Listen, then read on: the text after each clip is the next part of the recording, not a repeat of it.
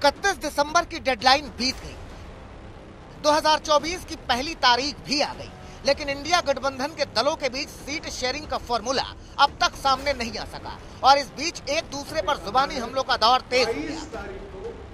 सबसे ज्यादा उठापटक है पश्चिम बंगाल में, जहां सीटों के दावे पर छिड़े संग्राम में अब जुबान बेलगाम हो रही है। टीएमसी लगातार कांग्रेस पर हमला तीखा कर रही है। But in Bengal, the state Congress, they are playing a role of dalal of Bhajpa, because in 2021, Trinamool Congress fought the battle and defeated BJP.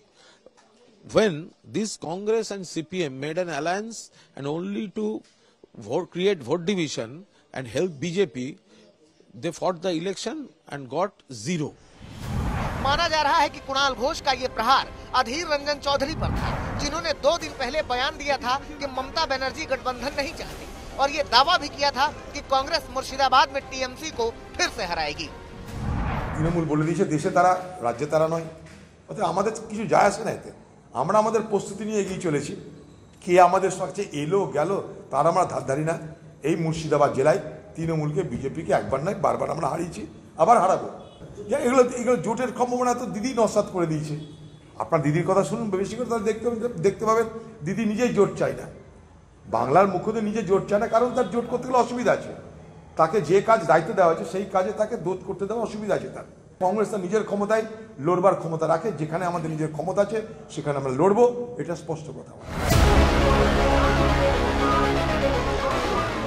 पश्चिम बंगाल में सीट बंटवारे पर बयानबाजी बीते कई दिनों से चल रही है और यहाँ टीएमसी अपने रुख पर अड़ी दिख रही है।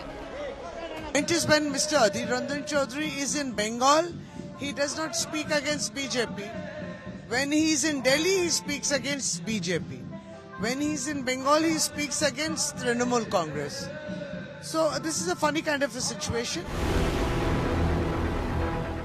उधर संजय राउत के बयान के बाद महाराष्ट्र में मची खींचतान को उद्धव ठाकरे शांत करने की कोशिश कर चुके हैं। 2024 के चुनाव में मोदी को हराने के लिए जल्द ही सीट शेयरिंग का फॉर्मूला आने का दावा कर चुके हैं। मेरे साथ संजय जी भी थे, हमने खड़गे साहब से बात की है, राहुल जी से बात की है और ये तय हुआ है कि जो भी कुछ बात करनी है हम दिल्ली में करेंगे। और इसीलिए आज तक किसी ने ऊपर से उनके जो शीर्ष नेता है उनके यहाँ से कोई ऐसा संदेश आया नहीं कि ऐसे होगा वैसे होगा, और इसलिए कोई किसी को कुछ कहना है कहने दो।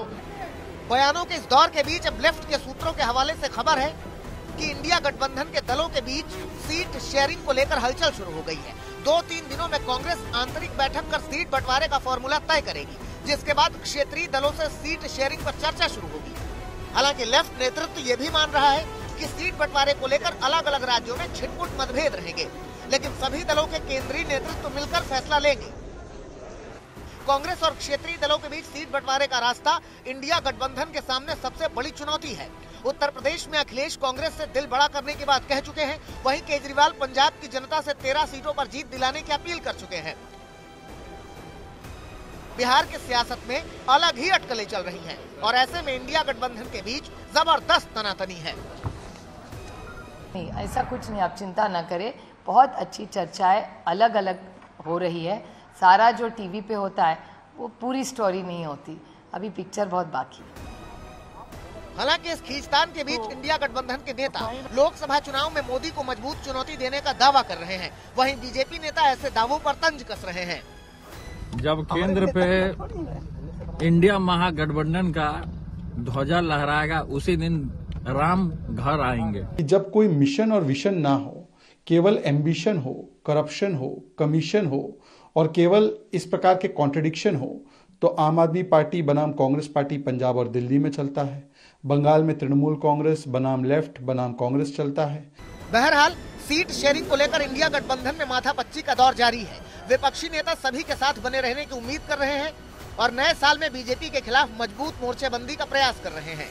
आज तक ब्यूरो।